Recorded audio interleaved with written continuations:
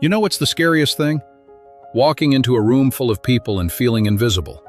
Like you're there, but you're not. Every day, millions of people experience this agonizing feeling, as if they're aliens on their own planet. What if I told you that this feeling is just an illusion, a trick that our brain plays on us? My name is Alex, and I'm a psychologist with 15 years of experience. Today, I'll tell you a story that will turn your understanding of human relationships upside down. A year ago, a girl named Maria came to see me. 28 years old, successful career, beautiful appearance. She seemed to have everything, but Maria was crying in my office like a child. "Doctor, I feel like a ghost. People look right through me, as if I'm transparent," she said. Friends, write in the comments where you're watching us from, and hit like if you want to know what's most unexpected. You know what struck me most about her words?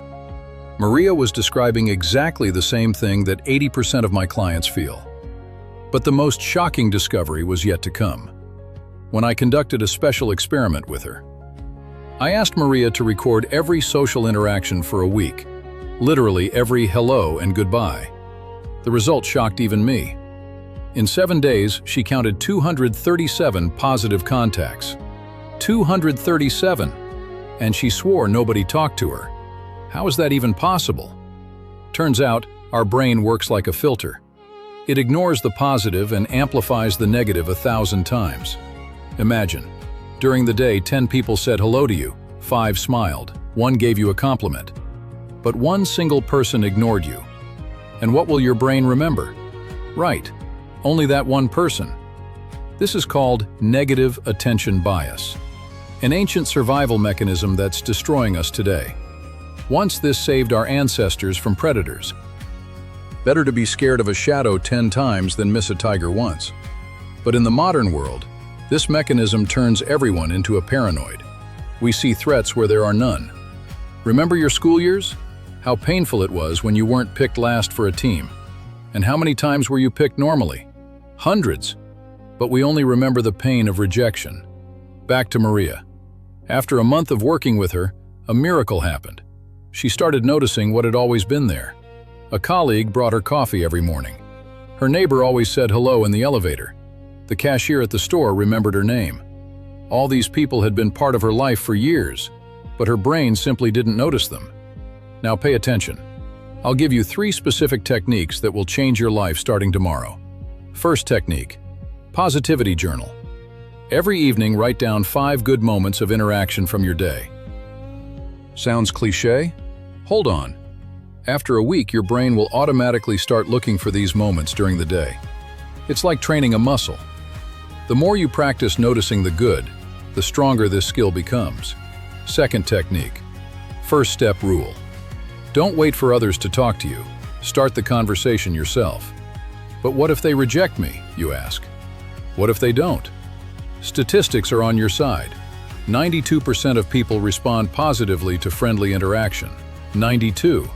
Start small. Nice weather today in the elevator. Thank you to the cashier. A smile to a stranger. Each such interaction is a small victory over the fear of rejection. Technique 3 is the most powerful.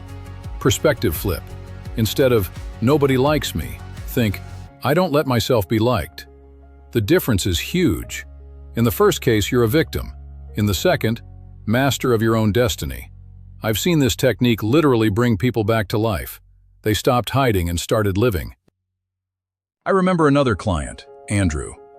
An introverted programmer, 40 years of loneliness. He was convinced he was born defective, that normal communication wasn't for him. After 3 months of work, Andrew met a girl. A year later, they got married. What changed? Just one thing. He stopped believing in his specialness. He started taking action. Here's the truth they hide from you. Feeling like an outsider isn't a diagnosis. It's a thinking habit. And any habit can be changed. You just need desire and the right tools. But there's one danger you need to know about. Some people cling to the victim role. It benefits them to feel special in their misery. It gives a false sense of uniqueness. If you recognized yourself, that's normal. Just honestly ask, are you ready to change? Because real change requires stepping out of your comfort zone. Yes, even out of the comfort zone of familiar misery. I want to share a secret I learned through years of practice. People don't reject you on purpose. They're just too busy with their own problems to think about yours. It's not cruelty, it's life. Every person is the main character of their own story. They have fears, dreams, plans for tomorrow. And in that story, you play a minor role. Not because you're bad, because that's how the world works. Realizing this fact is incredibly liberating. You stop being the center of the universe, but gain freedom. Freedom to be yourself without looking over your shoulder at others' judgments. People think about you far less than it seems. Now the most important part. How to apply all this in practice. Start with an experiment. Tomorrow, leave the house with one goal. Find 5 positive moments in interactions with people. A cashier's smile. A thank you from a passerby you let through. A neighbor's nod. By evening, you'll be surprised how much good was happening around you. You just weren't noticing.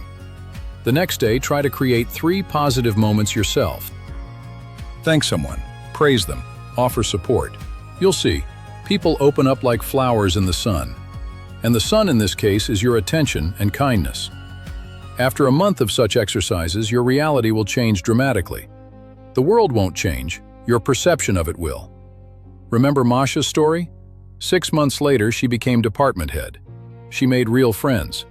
Andre launched his own IT company. Turns out, communication skills can be developed just like programming skills. Their stories aren't exceptions. Every day I see similar transformations in my practice. The only difference between these people and others, they believed change was possible. And they took the first step despite their fear. That first step is the most important and the hardest. But here's the paradox. The longer you put off starting, the scarier that step becomes. So don't overthink it. Watch the video till the end. Put your phone down and go practice. Share your experience in the comments. Which technique worked best?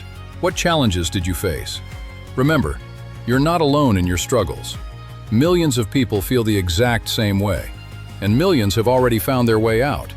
You could be next. Hit like if you're ready to give it a shot.